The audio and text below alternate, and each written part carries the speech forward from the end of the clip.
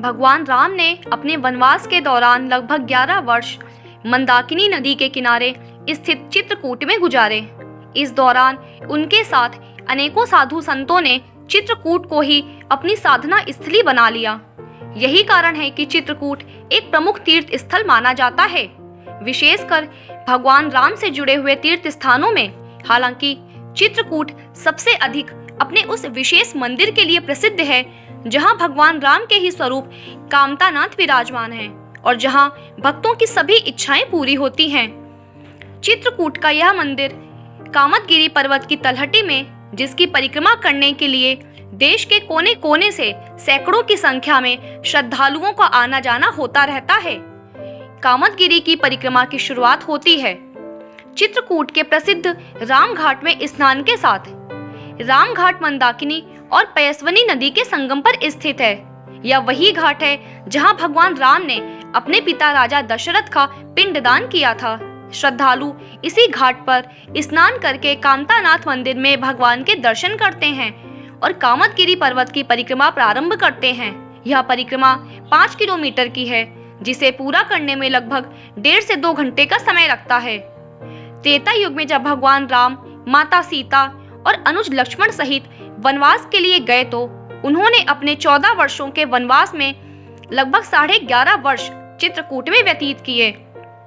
इस दौरान चित्रकूट साधु संतों और ऋषि मुनियों की पसंदीदा जगह बन गया।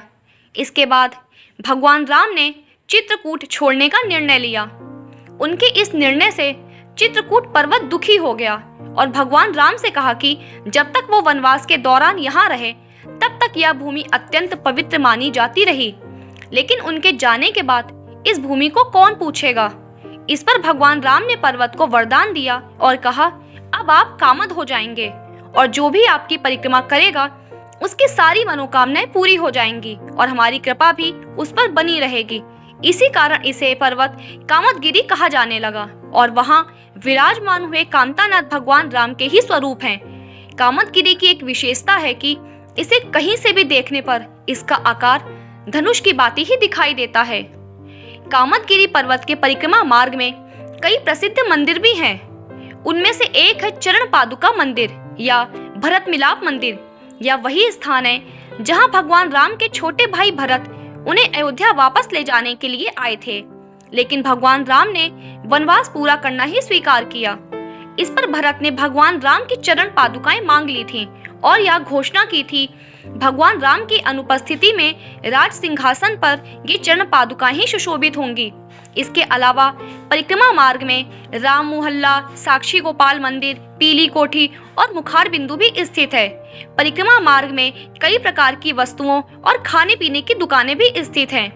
कामदगिरी पर्वत की प्रमुख विशेषता है कि यहाँ 4 दिशाओं में कामदगिरी के घने जंगल से बाहर निकलने के लिए 4 अलग अलग द्वार बनाए गए हैं। कामदगिरी पर्वत और कामतानाथ मंदिर के अलावा चित्रकूट में सती अनुसुईया, लक्ष्मण पहाड़ी, हनुमान धारा, सीता रसोई और गुप्त गोदावरी जैसे पवित्र स्थान भी स्थित हैं।